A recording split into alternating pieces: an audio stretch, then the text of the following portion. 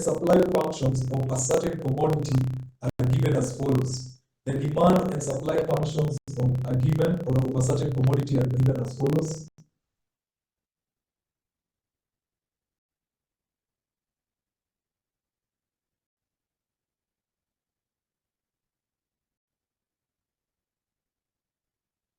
Then we have the supply function.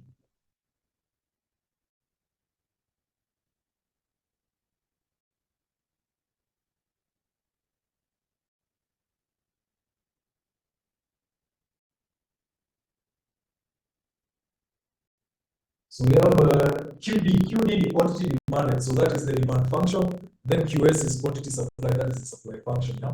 So the demand function QD equals 300 minus 0.4p. Then the supply function QS equals minus 400 plus 0.6p.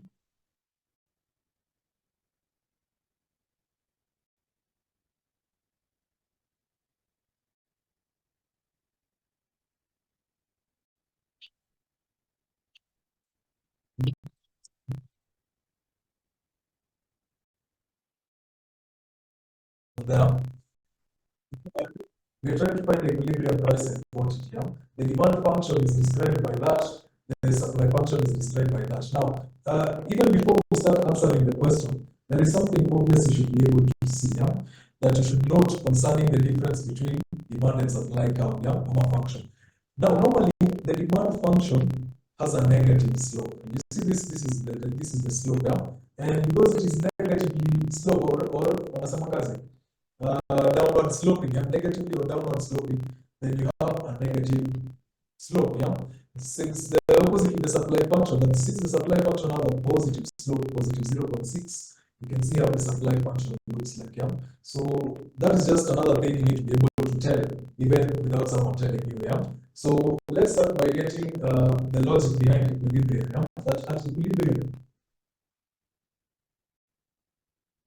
QD equals QS. At equilibrium, quantity demanded equals quantity supplied. You see these equations, the way they have been given in that sense. So I'll just say 300 minus 0.4p.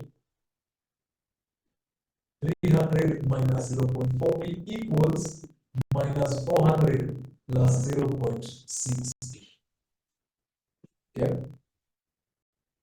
So I'll take this forward to this other side if we're positive, so that then of course this one I'll take it to the other side. If we're 0.4 plus 0.6p, that is 1p. P equals what? 400 plus 300, 700. So the equilibrium price PE is equals to shillings 700.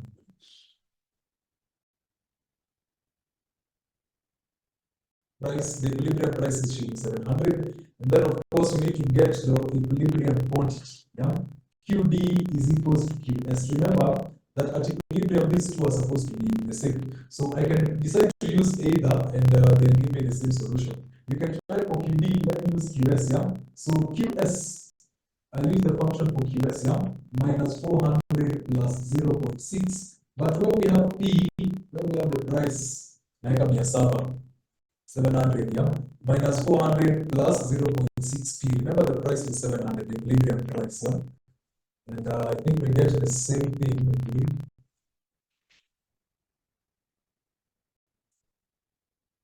What is the answer right? This is minus 400 plus 420. Should be quantity 20 units. Remember, quantity normally is in units. Yeah, price, of course, will be taking values in shillings. Shillings 700. That is basically how equilibrium questions work, yeah. And we'll of course have a look, but I really make sure that you have some past paper questions to look at. So you will have some past paper questions you will be able to understand based on this logic, as well as also the computation of this thing known as elasticity. Yeah? Elasticity is also something that I want you to be able to understand. So just to find a question from this past paper asking what equilibrium price to quantity.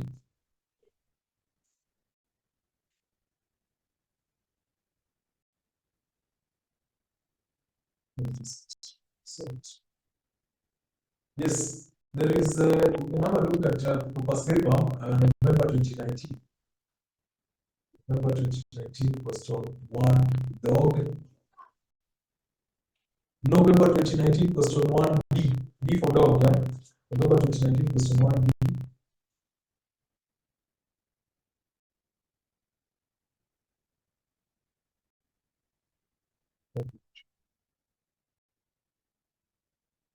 Most questions, are focused on, yeah, so we try that question. I can also suggest to you, if, like, for example, I have another set of equations. Let me just try and find them here.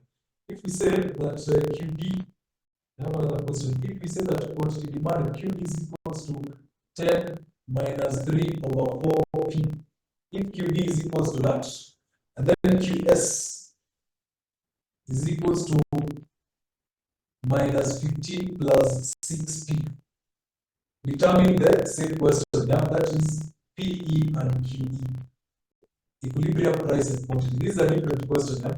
The question in the box is a different question, yeah? So as long as you give demand function, supply function, typically the question will first, let's just focus on that, yeah? Equilibrium price and quantity. I don't know if there's a question on that as we continue. Move on to now a very important bit now that you've understood. You have to understand that now we have understood demand and supply and how they relate to each other. I am now assuming that we're very adept at demand and very adept at supply, because we need to be able to understand that we have different scenarios of how supply and demand change in relation to each other. So we're going to have demand and supply interrelationship. That's the next section. Demand and supply interrelationships. I'll highlight a few, and then some of them I'll also make sure I ask. So demand and supply interrelationships.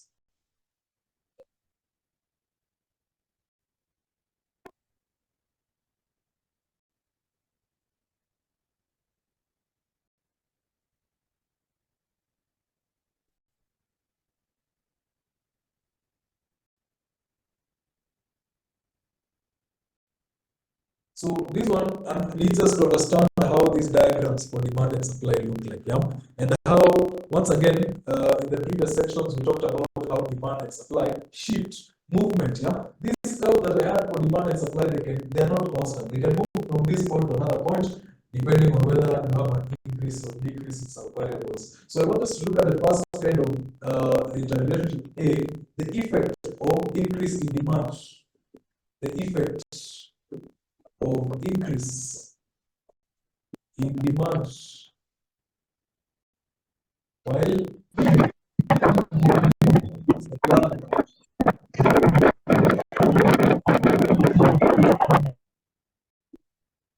the demand of increase in demand while supply remains constant. Increase in demand while supply is not changing. So if supply is not changing but demand is, what kind of diagram are you going to have?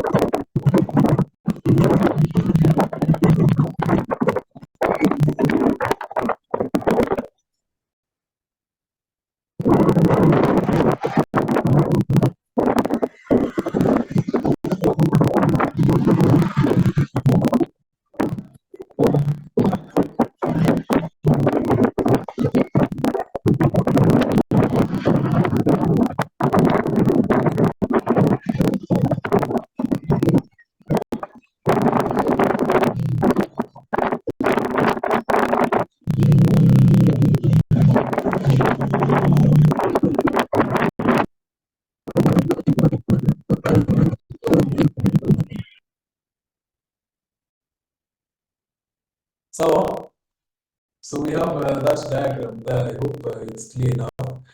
We have effect of increase in demand, and let's just make sure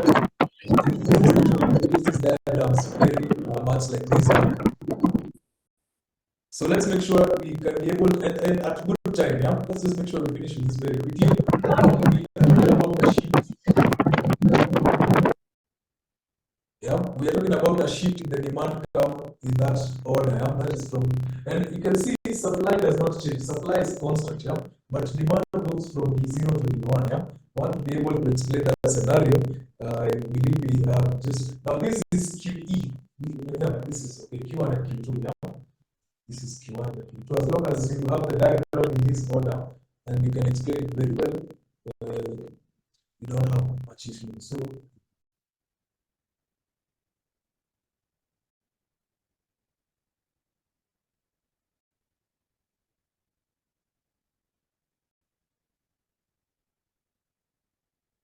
I just want to include the statement for that. I think you'll be able to finish. Just note the following: that when quantity demanded increases, we explain in this diagram. Yeah? When quantity demanded increases,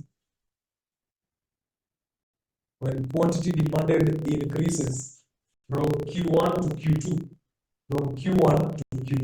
this is an arrow showing the increase. Yeah? From Q1 to Q2, demand curve will shift to the right. The demand curve will shift to the right. So if you're facing this thing now, it's moving towards the right hand. Yeah? So towards the right, when quantity demanded increases from Q1 to Q2, demand curve will shift to the right from D0 to D1. Yeah? So from D0 to D1,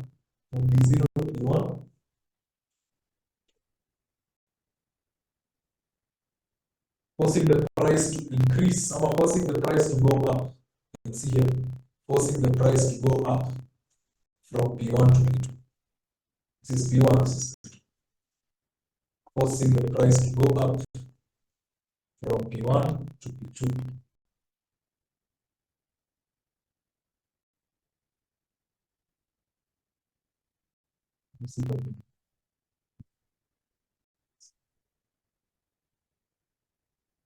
We have another scenario, effect of decrease in demand, the opposite of this. Effect of decrease in demand while supply remains constant.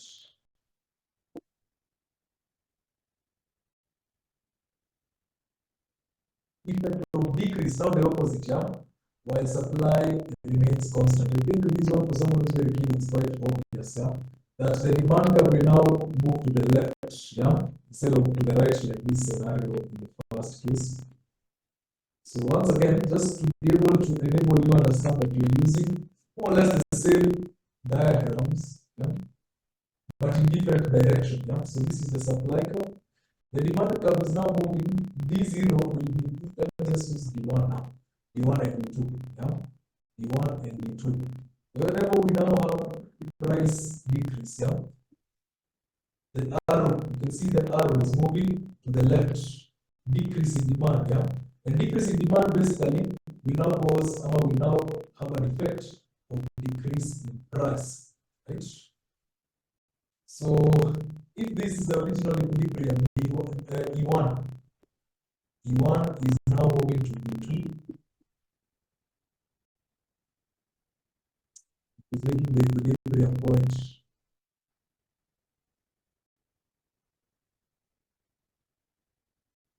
Move. The equilibrium is now shifting from E1 here to E2, this one here. And as you can see, the way I was arguing here, that price will now fall from E1 to E2. And that is because quantity demanded is falling here from Q1 to Q2.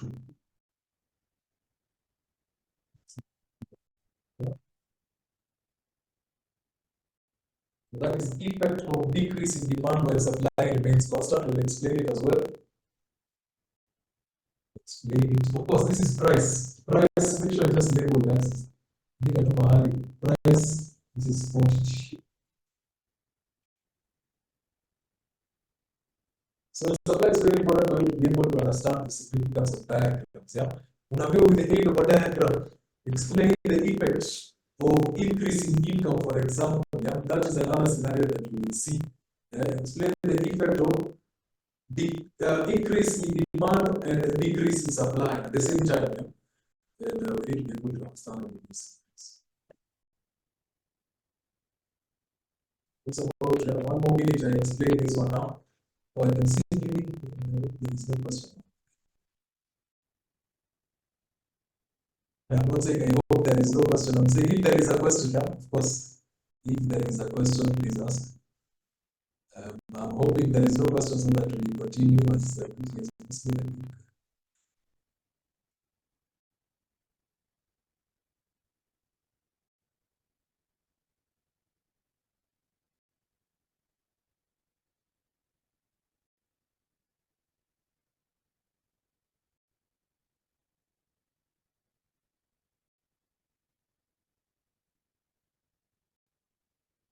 So I'm explaining part B now. Let me explain it now. Part B, this one now, this one. Just about part B, that explanation that when quantity demanded falls, when quantity demanded falls from Q1 to Q2, when quantity demanded falls from Q1 to Q2, from Q1 to Q2, demand curve shifts to the left.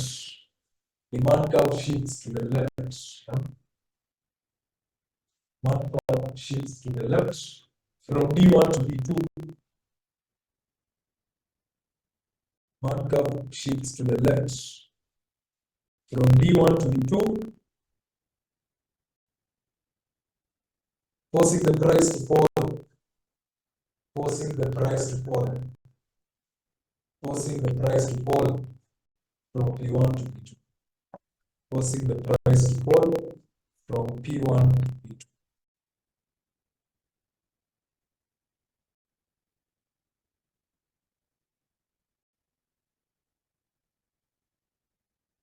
Now we have another scenario, of course, that is effect of increase. Effect of increase in supply. Effect of increase in supply. Effect of increase in supply while demand remains constant. Effect of increase in supply while demand remains constant. Increase in supply while demand remains constant. In brackets, effect of government subsidy. Effect of government subsidy. What do we have?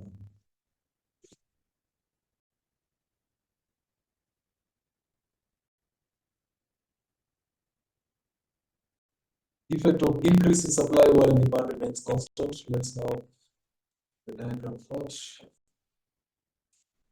I'll just explain, I think, 2 more scenarios, yeah, because we have so many scenarios to this, and I know we need to be able to understand it. But once you are at that point where you're getting the rhythm of it, yeah, I think you can be able to explain what is happening in terms of demand and supply relationships. Yeah? So effect of increase in supply while demand remains constant is effect of subsidy. Now we have the supply curve shifting to the right, yeah. So demand remains constant. We have the demand curve there. The initial one maybe is here S0. That means that now the supply curve is moving to the right because there is an increase. When there is government subsidy, it encourages farmers to do what? To produce more. Yeah? So it is actually increasing from Q1 to Q2. Equilibrium, of course, is Q1 to 2. This is S0 over S1. Yeah? And that actually leads to price going down. Yeah? That is the effect of subsidy. Yeah? And if the original price was at P0, it is now moving downwards to P1. Yeah?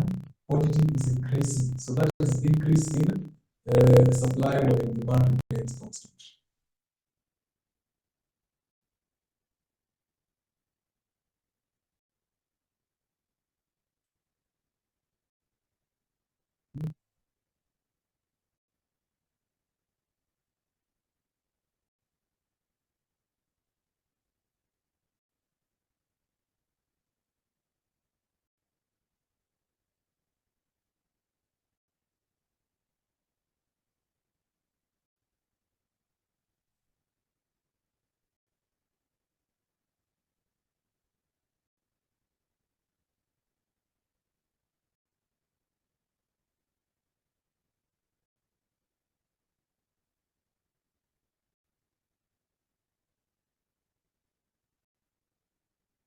So we quickly be able to understand different points of view. Yeah, like for this one, we're not talking about effect of government subsidy, but what about the effect of the next one, which focuses on increasing tax, for example? Yeah, it might have the opposite effect. Yeah, so I want to just finish with the explanation of this one. As we finish, I also start on this one. So just finish the explanation for this one. MC subsidy. Just a minute. Sorry, so yeah, maybe it's taking time now. So remember that when quantity supplied increases, from Q1 to Q2, this is Q0, yeah. I want to just make sure that they match. Yeah? So to from Q0 to Q1, when quantity produced increases, or when quantity supplied increases from Q0 to Q1 due to government subsidy, when quantity supplied increases from Q0 to Q1 due to government subsidy, the supply curve shifts. The supply curve shifts to the right. The supply curve shifts to the right. Supply curve shifts to the right from S0 to S1. Supply curve shifts to the right from S0 to S1, forcing the price to fall. Forcing the price to fall.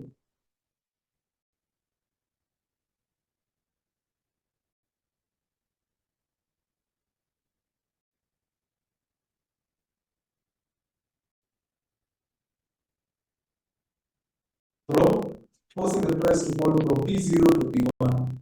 Forcing the price to fall from P0 to P1. Yeah? You can see the price is falling from this level to this level, from P0 to P1.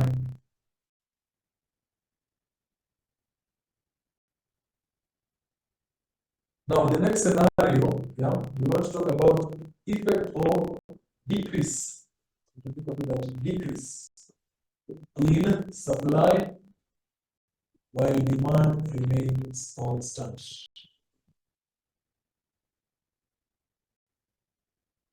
While demand remains constant. Effect of decrease in supply while demand remains constant. That is effect of increase in tax. Increase in tax. So when you have an increase in tax, what kind of scenario do you face? You can actually think about it in the opposite sense. Just like the other scenario, demand will not move. Demand is there. I think you can just add to what you can finish in the argument. Yeah? And we're talking about increase in tax. Yeah? You're not talking about the initial supply of being S1, and it is now moving to S2. Yeah? Because you are reducing quantity supplied. Yeah? Reducing quantity supplied from Q1 to Q2, it is going backwards. Yeah?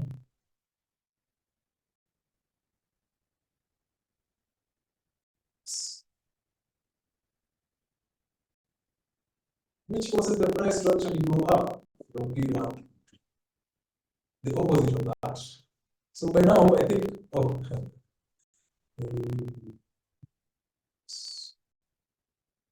price here, then quantity.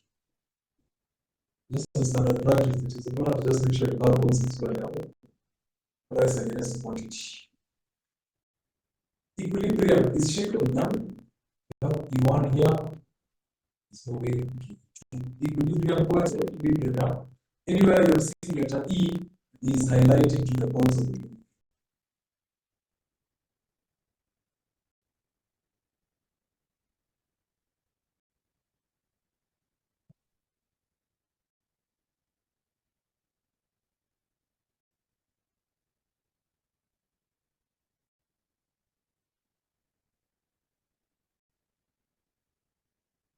This is now D. This is now D for dog, yeah? Scenario D, the fourth scenario.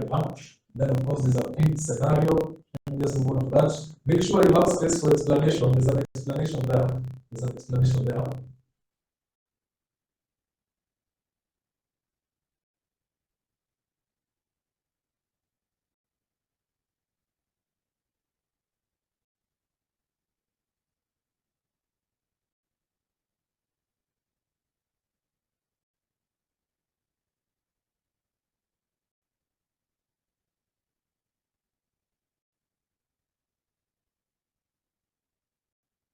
So let's just explain that one before I start drawing up the fifth one. Remember, this is the fifth one done.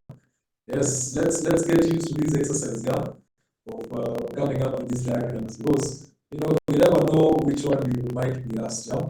And yeah, like I'll give you a question, I think in November 2017. So just make sure you are able to understand how to come up with these diagrams, yeah. Hopefully, I will finish in the time that we have, yeah. So we have part E and then part F, and then I'll just give you some questions to think about. Let's explain this one. We want to explain this one now. Remember that, so this is increase in tax, yeah?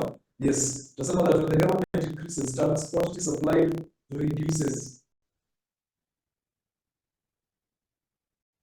The government, I hope all of this time, you have not been using freehand like me. Yes, use a ruler. This is a horizontal line. Make sure you use rulers on these things, yeah? Don't be like a Malay. I don't have any form of ruler here. But they're supposed to be straight lines. So I'm explaining this again, that when the government reduces tax, quantity supplied falls or reduces from Q1 to Q2. Reduces from Q1 to Q2. Forcing the supply curve to shift to the left. Yes. Forcing the supply curve to shift to the left. Forcing the supply curve to shift to the left. From S1 to S2. Forcing the supply curve to shift to the left. From S1 to S2 curve. From S1 to S2 curve.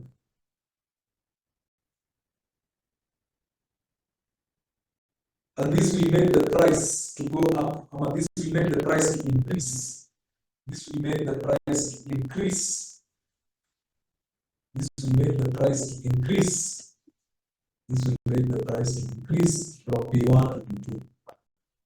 This will make the price to increase from P1 to P2. P1 to P2. Price is increasing. Now, the second last scenario that I have for you is whereby demand is going up. Yeah, there is increase in demand. So we can actually read these things individually. So we have B0, that is the initial demand, B0, B0. It is now shifting to the right because it is increasing. Yeah, from B0 to B1. But at the same time, quantity supplied is going down. Quantity supplied is going down. So where we have our initial S0, it is now moving to the left. S1. You see, the result is that the equilibrium quantity really, ideally, should not change. Equilibrium quantity will be the same because this is equilibrium 1 here, you have equilibrium 2. So the equilibrium quantity will not change, but the equilibrium price will go down. The equilibrium price will go down. Is it down or up? Up. This is the initial equilibrium. Yeah? So this is E0 moving to P1. Yes. So you see, the price is going up from P1 to P2. When there is increase in demand, that is from P0 to P1, and decrease in supply going backwards from S0 to S1. It means that for the same quantity, that is Q0, the price will go up from P1 to P2. Yeah? Increase, it's like they're just leaving each other some degree. Yeah?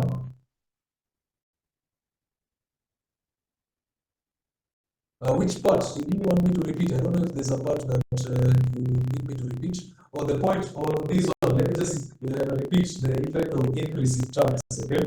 That when the government increases tax, quantity supplied reduces. Quantity supplied reduces from Q1 to Q2, forcing the supply curve to shift to the left. Forcing the supply curve to shift to the left.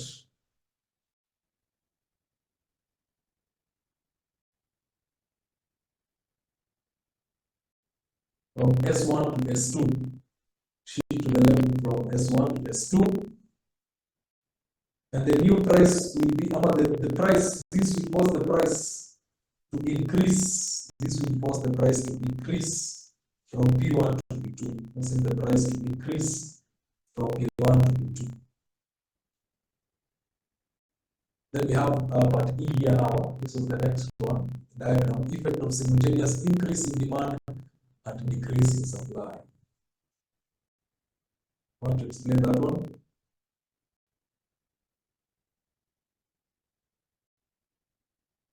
I'll answer, I think, question on this next time, yeah? When we meet, I think that is tomorrow, yeah? I will answer questions on these questions that I will give you, yeah? On these diagrams. So, some of that, when there is simultaneous increase in quantity demanded, when there is simultaneous increase in quantity demanded, and fall in supply, and fall in supply, and fall in supply, the demand curve shifts to the left.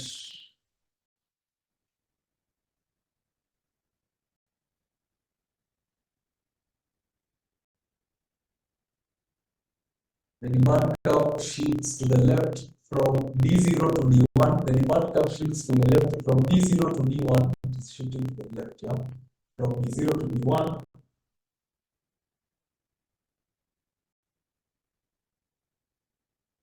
While supply curve shifts to the left.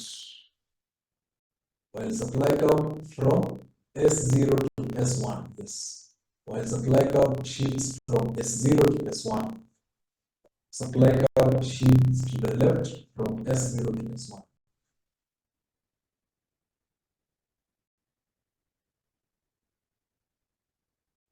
The supply curve shifts to the left from S0 to S1. The result is no change in quantity traded. The result is no change in quantity traded. There will be no change in quantity traded here at Q0. There will be no change in quantity traded at 0. But the equilibrium price,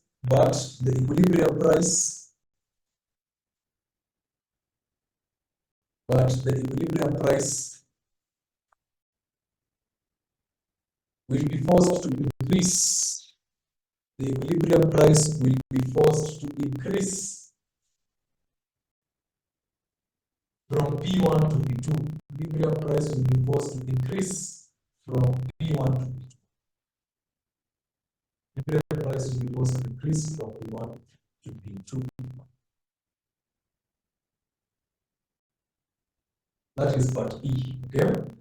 The final part, of course, that I have for you here is, I repeat that part, okay? Remember, this is quantity price. In the sense that the result is there will be no change in quantity traded. There will be no change in quantity traded at Q0. There will be no change in quantity traded at Q0. But equilibrium price will be forced to increase. Equilibrium price will be forced to increase. Equilibrium price will be forced to increase from P1 to P2. Equilibrium price will be forced to increase from P1 to P2. There part F is it to increase in tax or decrease in tax? Which one? This one here? Yeah. Yes, D for dog, yes, this is increase in tax.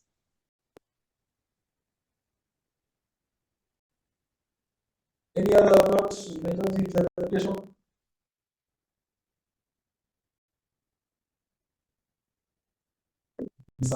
So yeah, I think this one is also clear now. So the next one is basically just an opposite of this one. But that is simultaneous decrease in demand, effect of simultaneous decrease in demand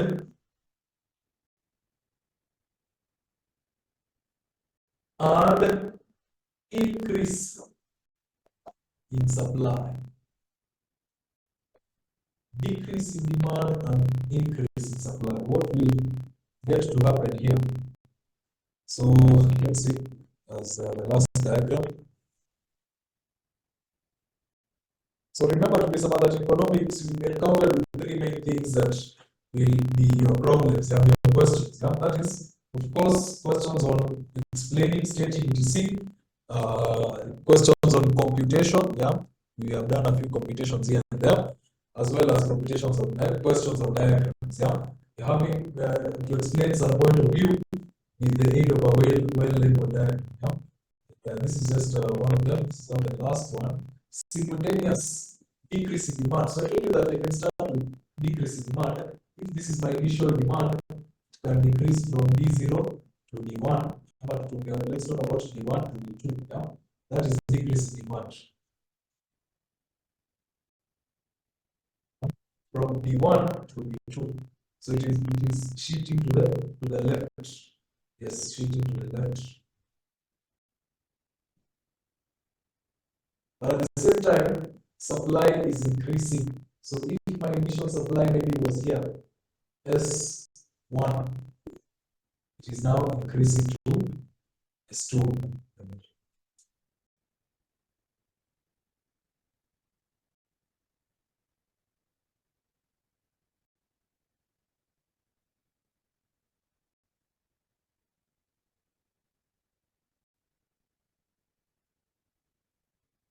So we are moving, that is increasing supply from S1 to S2. You can see once again, there will be no change in quantity traded. We just say Q0 once again, but the equilibrium price will be forced to fall by a wide margin from P1 to P, or from P0 to P1.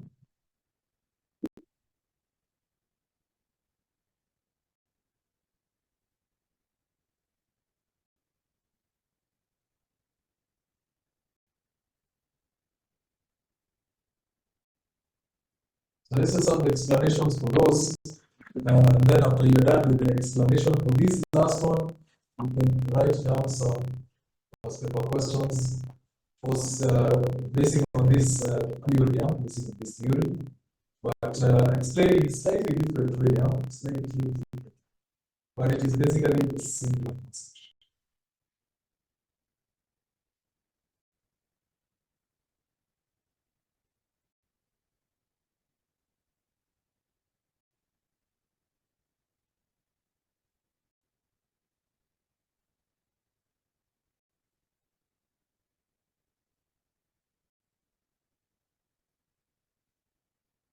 So I want to finish with the explanation of this last one, then we move on to, of course, we write down the question.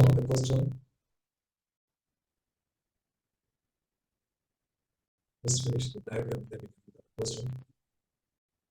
No, we can't look at the question. You will note down the question of this concept. Yeah? You go back to your November 2017 paper and you get to see how questions of this concept is asked. Yeah? I think when we meet next time, someone can remind me, we get to answer them together.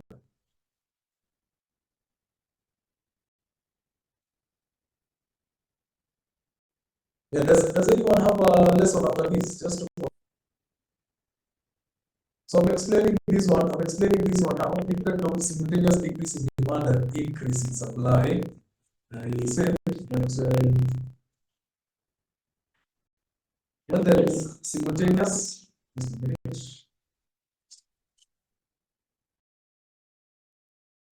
okay, so let's continue now. I wanted to explain this one, the last diagram. When there is increase, is it decrease, simultaneous decrease in demand? When there is simultaneous decrease in demand,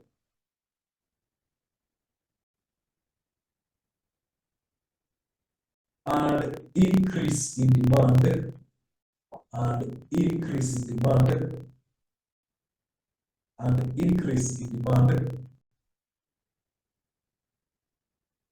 quantity traded, Increase in demand or increase in supply?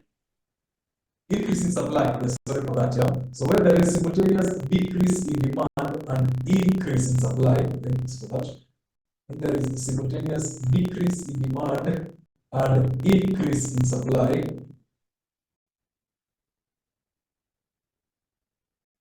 quantity traded remains the same. Quantity traded remains the same at Q0. Quantity traded remains the same at Q0. But the market price but the market price will go down. But the market price will go down. The market price will go down from P0 to P1. The market price will go down from P0 to P1.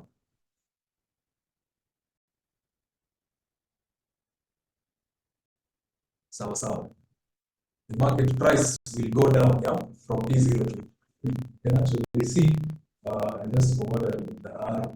Of course, movement to the right, movement to the left at this point, you should have understood, yeah. Supply curve is moving to the right, demand curve is moving to the left, meaning that quantity traded remains the same, but the equilibrium price will go down from this initial one to this other one there. You need to be able to understand that well enough to be able to now look at this question here. That is November 2017, question 3 boy. He's asking on a few things on this concept, but in slightly different ways. Yeah, we are asked with the aid of well-labeled diagrams, analyze. We will not answer it now. Just giving a demonstration. With the aid of well-labeled diagrams, analyze the effects of each of the following on the market equilibrium, the price, equilibrium price and quantity of agricultural product X. Roman 1, the first scenario, just like these ones now, a reduction in the price of product Y, which is a closed substitute. What will happen to product X? Yeah, if product Y, which is a closed substitute, has gone down in price, it has become cheaper. Roman 2, a successful promotional campaign. Yeah, of course, I'll give you, you make sure you have access to that question. If not, I can just see whether I can take a photo. But we have other scenarios that you need to be able to understand. Yeah. Now, if there is no question, I'd like to move on now to something else. Now, you need to be able to understand that depending on the interrelationship of price and quantity, I hope in November 2017 question 3 what it defined me. Now, we need to be able to understand how we get different forms of equilibrium. Yeah? How we can get different forms of equilibrium. Yeah? We can have a certain kind of equilibrium which we can focus on some classes of goods. We can have some equilibrium which can focus on whether it can, the concept behind equilibrium is that if there is a change in the equilibrium, if there is a distortion in the equilibrium, the market forces will work towards bringing the equilibrium back to where it was originally. Yeah? But we also have another type of equilibrium whereby it will not go back to the original, it will go to other forms of equilibrium. So for that reason, I want us to first of all look at this point of view on partial equilibrium and general equilibrium. Partial equilibrium and general equilibrium.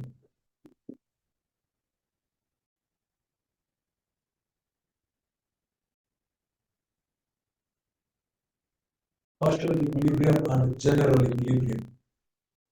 I want to explain the difference between the two. It's just two statements can be enough to explain the difference between the two. Then we move to stable and unstable equilibrium.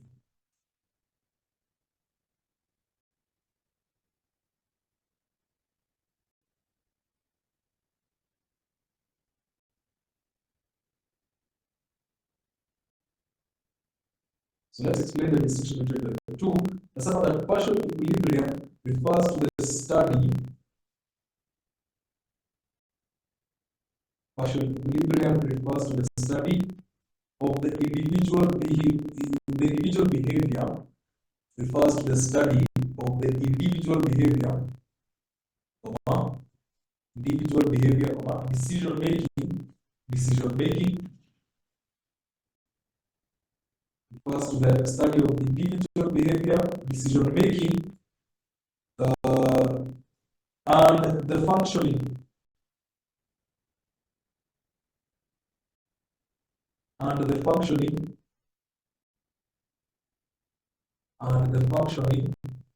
Of a single individual market. The individual behavior, decision making, and functioning of a single individual market. That is partial equilibrium.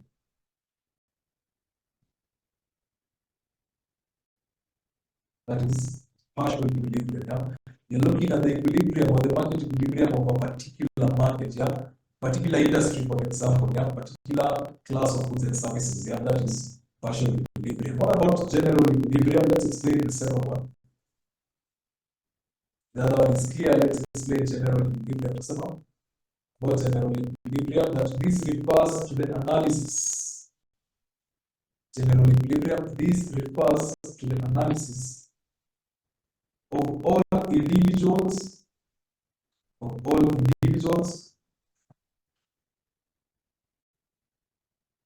and decision-making units. This refers to the analysis of all individuals and decision-making units, all individuals and decision-making units towards various markets simultaneously. Towards various markets simultaneously.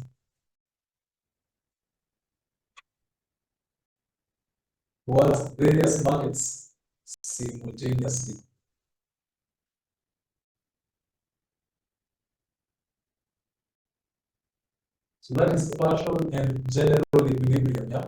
Partial equilibrium, you're focusing on a particular individual market and individuals, while general equilibrium, you're focusing on several individuals and a collection of different markets towards decision making and all that. Yeah, simultaneously. The next distinction I want us to understand, even more importantly now, is stable and unstable market equilibrium. Stable and unstable market equilibrium. Stable and unstable market equilibrium. We can start with stable market equilibrium. Stable equilibrium. Now, for stable equilibrium, we are basically talking about what we explained as market equilibrium. Market equilibrium ideally should be a stable kind of equilibrium. Yeah? That when you have market distortions, yeah, to the extent whereby it tends to change the equilibrium price and quantity, eventually there will be market forces which will work towards bringing the equilibrium back to the original point. And that is what stable equilibrium is all about. Yeah? That it is self-sustaining. Yeah? It will make sure it goes back to where it was at the original point. Yeah? So we have PPQE, because this is the equilibrium. I want us to understand it with 2 points. So I will have 2 price points, both above and below the equilibrium. Yeah? When the price is set lower than the equilibrium, P1, the price is set higher than the equilibrium, that is P2. We are going to have 2 different scenarios that we need to understand. So of course, you can see this one. Yeah? When supply is more than demand, we have excess supply. Then on the other side, if demand is more than supply, we have excess demand.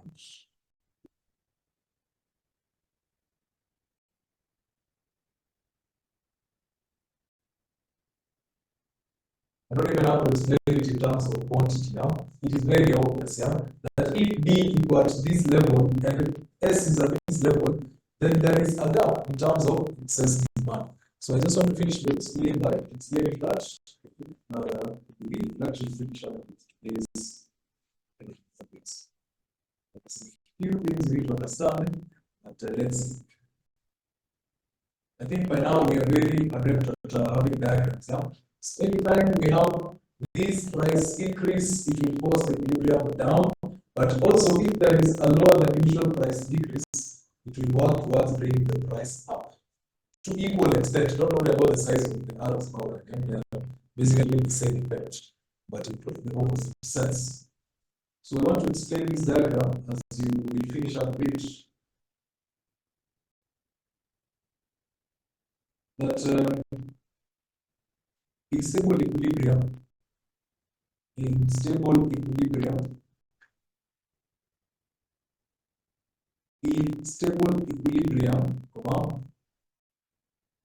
whenever price disequilibrium occurs,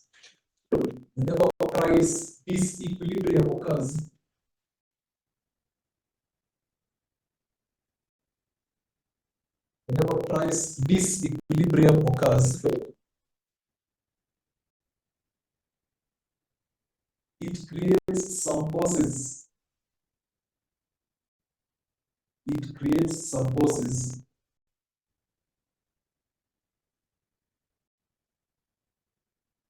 of excess supply.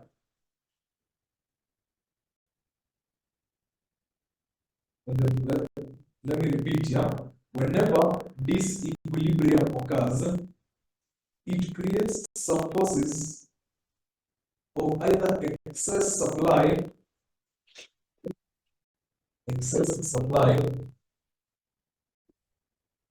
some forces of excess supply in brackets during price rise. Yeah?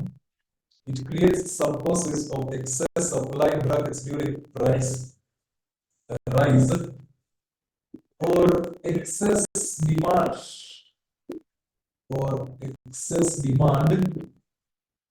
during price fall or excess demand, yeah, or excess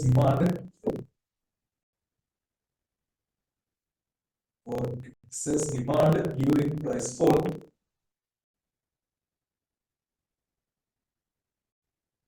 which forces the price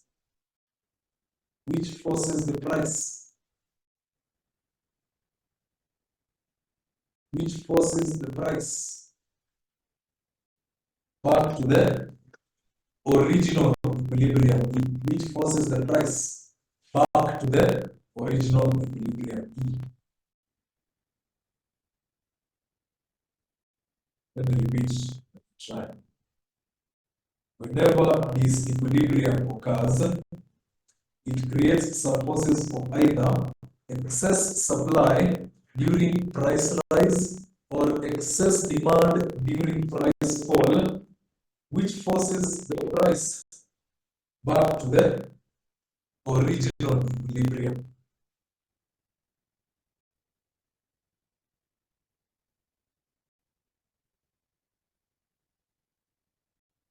Full stop.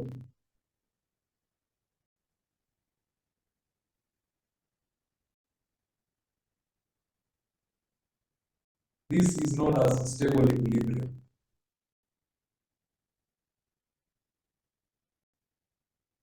This is known as stable equilibrium.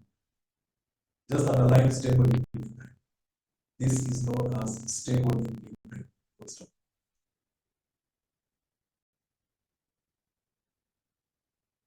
This is known as stable equilibrium. So we are describing the difference between stable and unstable market equilibrium. We have a diagram to show now the first one, that is stable equilibrium. Yeah? The last point that I want to include on that as well, that the equilibrium is stable because it can be restored. The equilibrium is stable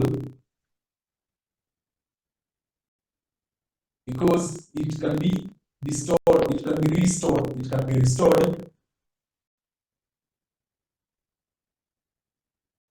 It can be restored in case of, it can be restored to the original. It can be restored to the original. It can be restored to the original in case of distortion.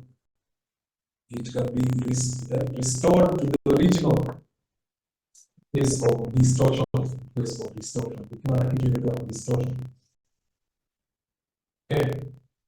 That is stable equilibrium. Yeah, stable equilibrium. Of course, the opposite to this is unstable market equilibrium. So unstable equilibrium. Just want to include a sketch for unstable equilibrium as well. Unstable equilibrium works another different way. But when you're now talking about, once again, this is price against quantity. Yeah? Price against quantity, PQ. If you're talking about price and quantity, then for unstable equilibrium, we have a situation whereby demand can actually be positively sloped. Yeah? We have demand looking like this.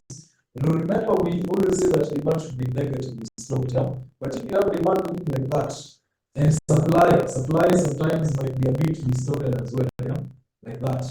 Then we can have a scenario whereby if this is your original equilibrium, yeah, if you change the price of quantity, especially by a very wide margin, yeah, you might not be able to go back to your original. You might not be able to go back to these original PE and QE. You might not be able to go back to it. Yeah? So that basically points to a situation of unstable market equilibrium. Yeah? Same as P1. So we have P1 and P2, but I'll just explain it in a bit of theory, not really any need to explain it very specifically. Yeah? You can go to the end of a diagram, distinguish between stable and unstable market equilibrium. You have stable equilibrium there, you have unstable equilibrium as this next one. So let's finish on with the diagram, and then we finish up with this section.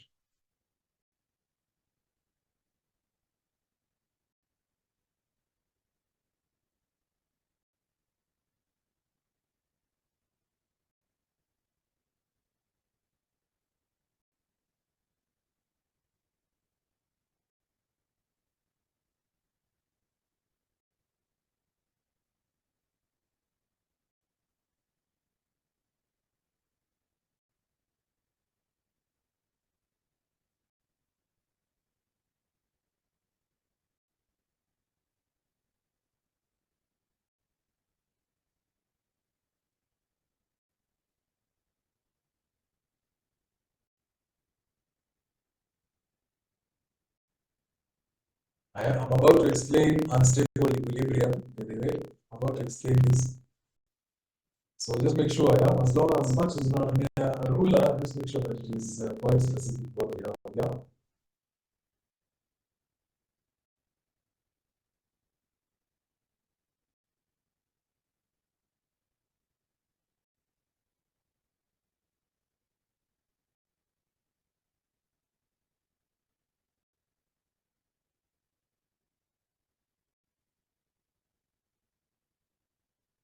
I was just confirming once again, yeah, that no one of us has a class at 6, yeah, because I might maybe just go a few minutes past 6, just to cover the cover of the time, plus also see whether I can finish up with whatever is remaining for this topic. And I think whatever is remaining, I don't want us to carry it over to tomorrow. I want us to see whether we can finish with it today.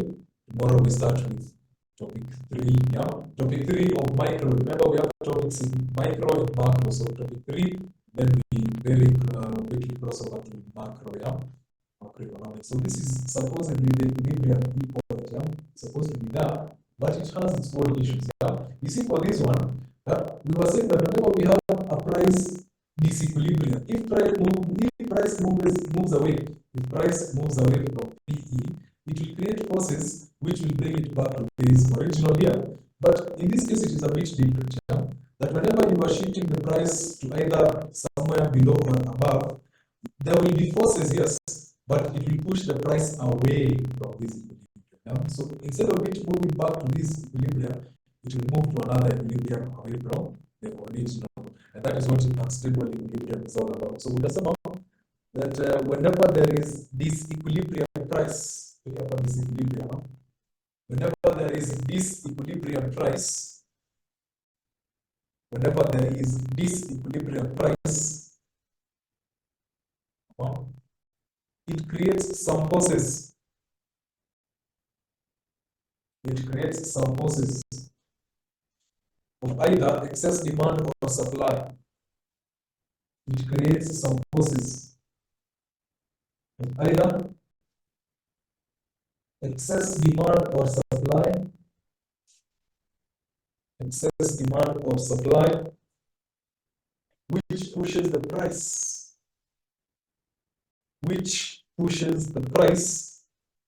further away from the equilibrium price, which pushes the price further away from the original equilibrium price, which forces the price, which forces the what? Which pushes the price, further away from the original equilibrium price.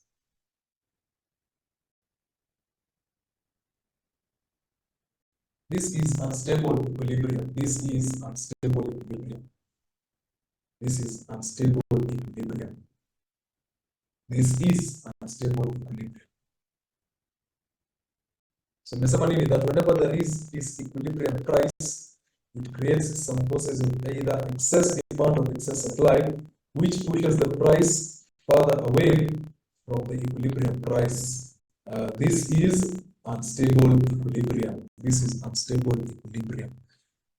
The last statement of this concept, the last statement, I'll just explain the last concept somehow, that any divergence, we're still explaining this, so any divergence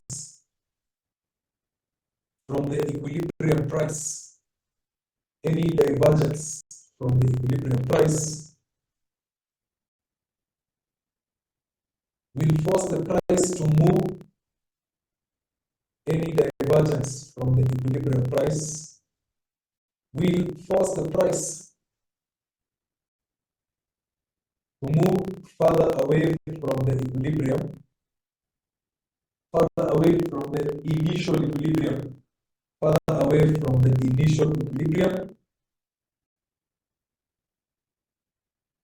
from the original or from the initial equilibrium, which therefore can never be restored. Which therefore can never be restored. Which therefore can never be restored. That is now unstable market equilibrium. Yeah? Which can never be restored. That is unstable market equilibrium. Yeah? Now, for this unstable equilibrium, we just have one last point to note. We just have one final point to note about stable equilibrium. We will say that this behavior is common. This behavior is common in unstable market equilibrium. Yeah? That this behavior is common for goods of ostentation, goods of ostentation, or luxury goods. Goods of ostentation or luxury goods. Goods of ostentation or luxury goods.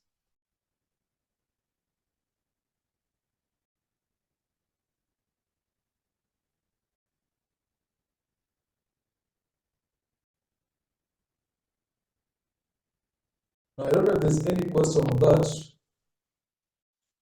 because I need us to understand that this is basically what unstable equilibrium is all about. And that when you focus on these goods that we're calling goods of ostentation, these ostentation. When you're focusing on goods of ostentation or luxury goods, you're basically focusing on goods whose value, when it changes, especially when it goes up, these goods are more desirable when prices are up, So people will buy more when the price is up. That tends to distort how the market behaves, and it will lead to a higher equilibrium price, Meaning that higher equilibrium price, there will be a high level of demand, and supply, of course, will depend on that demand in the first place. Moving on. We need to be able to understand something concerning how equilibrium is set. How equilibrium is set. You see, the way this price is set through this price. This what we are calling the market equilibrium. It is set through a concept known as price mechanism. So I want to explain the next section what price mechanism is, but more importantly, I want to explain why sometimes, or most of the times, the government interferes with this thing known as price mechanism. How the market is able to adjust itself to set the prices of commodities is a process that the government likes to interfere with for many reasons. Mainly for welfare reasons, monetary reasons, to protect some farms, and all that. So I want to start by explaining the definition of price mechanism, and then I give you a small assignment there. Let's explain price mechanism. That this is a system where this is the system where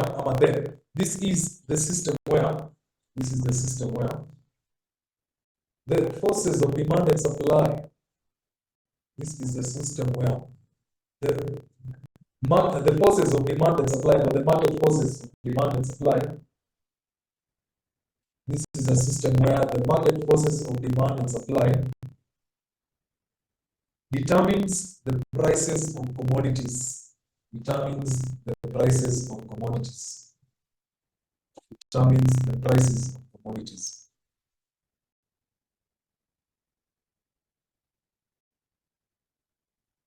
So I repeat again, this is a system where the forces of the market forces of demand and supply determines the prices of commodities and the changes involved. And the changes involved. And the changes involved.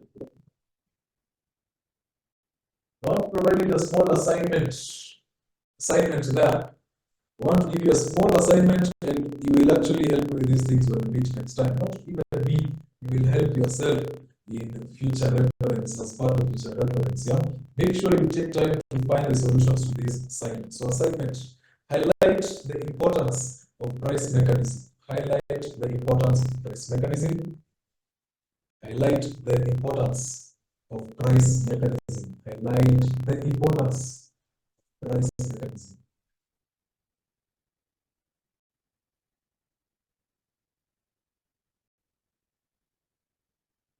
So I believe everyone has heard clearly that I've given an assignment there. Go and try it out. Yeah. Another point you will note, just another statement there, you will say that the government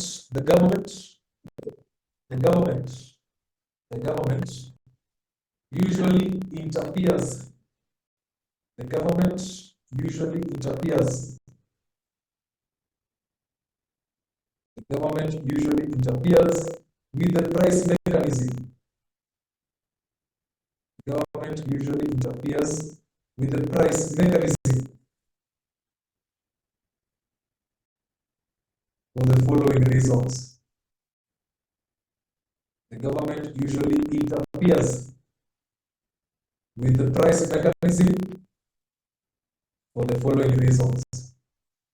So why is it that the government likes to interfere with what we are calling the price mechanism? Yeah, well, there are some reasons. There are a lot of reasons as to why the government involves itself in coming in and saying, yeah, let's understand what we are saying here. Yeah? That as much as we have that equilibrium price, that price that is set by demand and supply, the government will come and will say, this is not the price. Yeah? I want by law the price to be this amount, either high or below, higher than the equilibrium or lower than the equilibrium. So I want us to understand why is it that this might happen. So reason number one. So we're basically looking at the reasons for government interference with price mechanism. Number one, to control against the production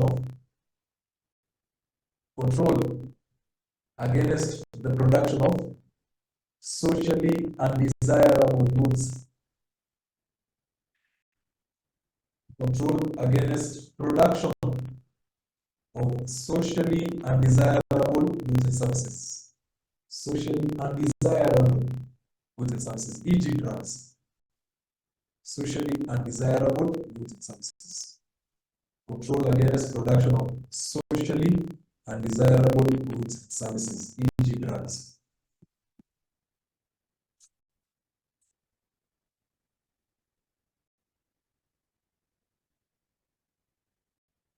Another reason, reason number two, second reason, to control against depletion. To control against depletion of certain natural resources due to overexploitation. Control against depletion of certain natural resources due to overexploitation.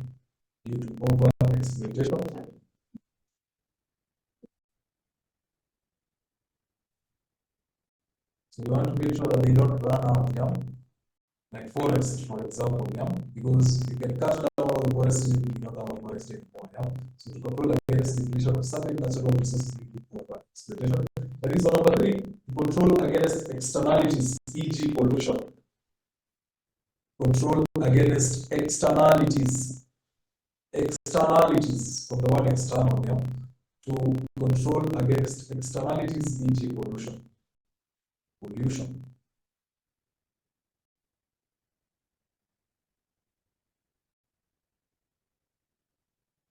Another reason is to ensure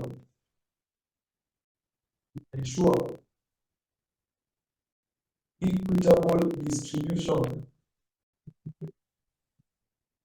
To ensure equitable distribution of income and wealth.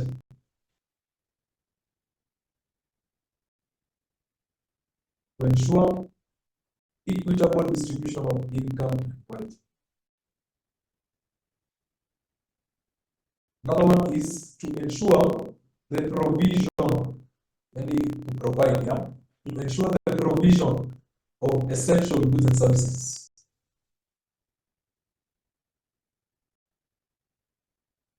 To ensure the provision of essential goods and services. E.g. food, yeah? E.g. food. To ensure against to ensure equitable distribution of income. E.g. food, yeah, when you talk about something like ugali, bunga and maize flour, you want to make sure that the price of this commodity does not go too high to the extent that people cannot afford it, yeah? Especially the people who rely on it almost on a daily basis, yeah? At the same time here, it should not be too low, the price to make, when the price is too low, then you don't find many companies wanting to invest in that particular sector. So you have to make sure that those goods are also provided, yeah? 4. Then the next reason, I think this is number 6, yeah? Number 6, to control against market imperfection. Control against market imperfection. Control against market imperfection. Market imperfection. I.e., monopoly. A monopoly is a very good example of what we're calling market imperfection. And we will explain this further in the next topic known as what? This topic is known as is it market? Yes, market structures, yeah, which is one of the market structures where we get to understand that for monopoly it is an imperfect market structure because you don't have competition, you're basically by yourself. So you can decide to, and it's funny that you can actually have monopolies which can make loss, yeah. You can be a monopoly, yes, but you don't know what you're doing, yeah. See, that's the issue of some of these monopolies which we are calling perfect markets, yeah. The second last reason, this is number 7, I think, is to control against inflation. To control against inflation. Control against inflation. Control against inflation.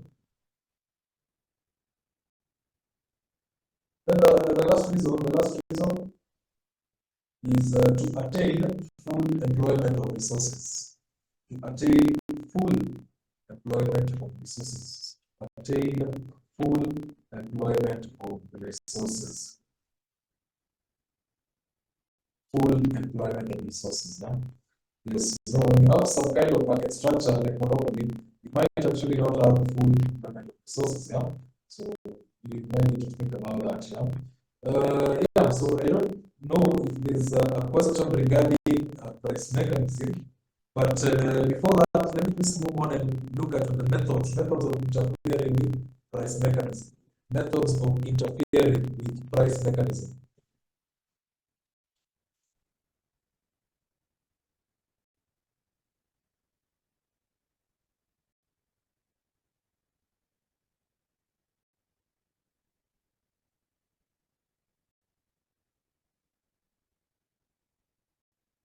So methods of interfering with price mechanism. Methods of interfering with price mechanism.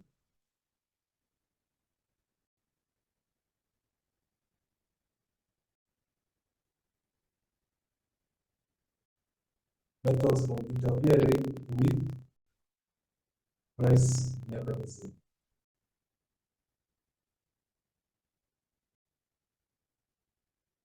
So especially when the government told you that this is normally an initiative of the government. So how does government like to interfere with how prices of commodities are set? I will explain, but list down one by one. So the first one I want us to explain is taxation.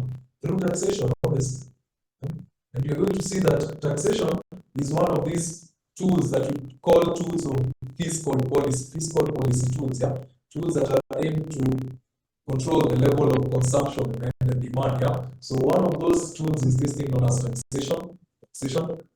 I want to explain taxation using one statement. We move on to the next one. Taxation. This is used to discourage producers.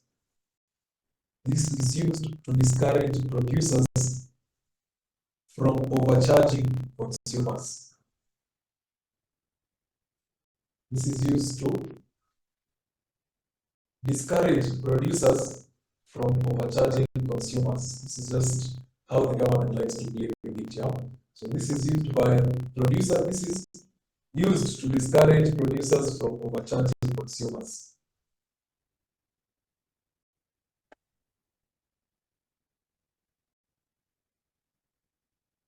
So, the second method of interfering with price mechanism can be something like a ban. You are just banning whatever you are saying you don't want to be consumed. You have banning, total ban. Like a very good example, shisha, consumption of this thing that the youth used to smoke, shisha, yeah? It's something that up to got banned, but you find that still there, yeah? You know, the very fact that it's banned does not mean that it is not available, yeah? Let's make sure we understand that. Let's explain ban, total ban, that the government can totally discourage. The government can totally discourage importation or exportation. The government can totally discourage the importation or exportation of certain goods in the country. The importation or exportation of certain goods in the country.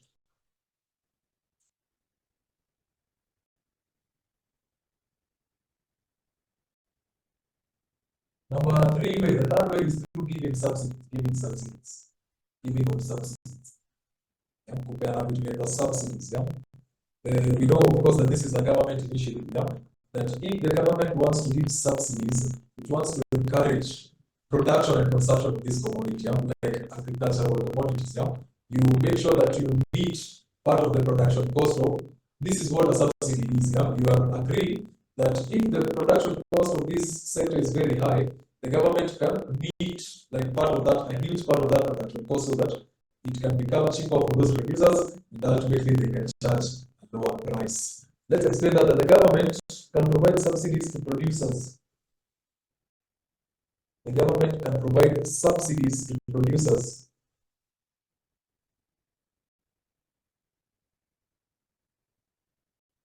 to encourage them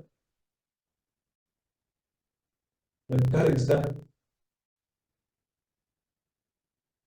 to produce more goods, to encourage them to produce more goods, to encourage them to produce more goods, encourage them to produce more goods at a lower cost. Produce more goods at a lower cost.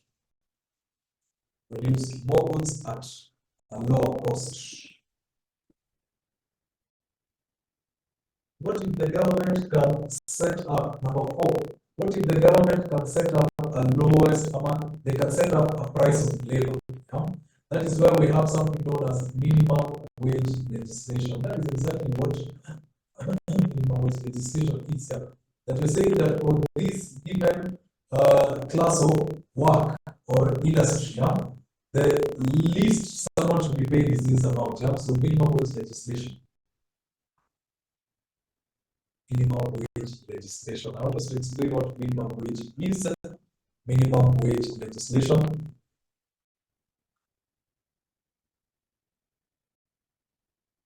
That this is aimed at protecting workers This is aimed at protecting workers. This is aimed at protecting workers against. This is aimed at protecting workers against exploitation by employers. This is aimed at protecting workers against exploitation by employers against exploitation by employers through extremely low pay. Through extremely low pay.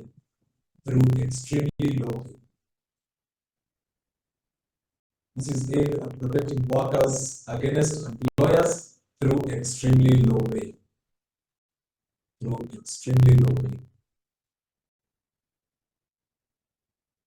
Another important one. Let me just finish. I think I'll just finish the lesson by explaining this one. Yeah, because the next point will also require us to understand some very important concepts. Minimum wage, that's what minimum wage legislation is. Yeah, remember there is an issue that came up, I think, was it a week or something like a week ago, yeah, where they were saying now that they want to issue a directive where guards, private security guards, will be paid a minimum of 30,000, yeah. Right now you find that we have guards that are being paid as low as 10,000 in a month, yeah, 10,000 shillings in a month, yeah. So this is something that is definitely being debated upon as part of minimum wages. Yeah, what is the minimum wage for a particular sector? Yeah, that is minimum wage legislation. Another one, the price of housing, rent control legislation, rent control is another one. Rent control. Number 5, rent control. Yeah, the control of rent control. Rent control. Of course, this is aimed at protecting tenants. This is aimed at protecting tenants. This is aimed at protecting tenants against exploitation. Against exploitation by landlords. This is aimed at protecting tenants against exploitation by landlords. Against exploitation by landlords. That is rent control, yeah. Finally, the sixth one, and in fact, I'd say the most important one, is something known as price controls. Yeah, price controls. This is the one that we will start our discussion with when we meet tomorrow. Yeah, we have something known as price controls. Yeah, the government is able to set up minimum and maximum prices of commodities. Yeah, think about something like that maize flour that I was talking about. Yeah, you know the price of maize flour wanted to go up because supply wanted maybe that to happen. Yeah, the producers. Yeah, they were saying that the demand is high. Because demand is high, you have no choice but, and of course, sometimes you find that the supply is low, while demand is high, that will lead to the prices of now. Yeah? So the government is able to step up in that scenario, just force the price to go a bit lower. Okay, so let's explain what price controls is, and then we close for today. Yeah. So I want to explain price controls that this is aimed at protecting. This is aimed at protecting both consumers and producers. This is aimed at protecting producers, both consumers and producers. This is aimed at protecting both consumers and producers by setting up certain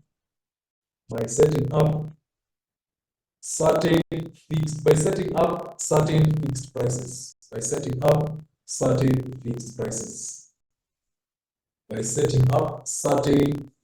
prices. And in that certain fixed prices in bracket, certain fixed prices, that is maximum or minimum prices. Certain fixed prices, which is maximum or minimum prices. So when we meet next time, that is tomorrow, 6 to 8, we are going to look at price control measures. price control measures. So that is the last, you can see that is the last tool of interfering with the price mechanism. This thing known as price controls. So we need to be able to understand that more than the others, because it is a direct tool that the government uses in setting up the prices of commodities. Otherwise, I will stop there for now. I think there is another lesson that will be used in this room. So I would want to stop there for now, unless there is a question. Is there a question as I close for today? Is there a question? Assuming there is no question, there is no question for now. So let's stop there for today. Let's meet tomorrow. We continue and we'll actually now finish up the topic. I'm in a very small section, but very important nonetheless. Otherwise, see you later.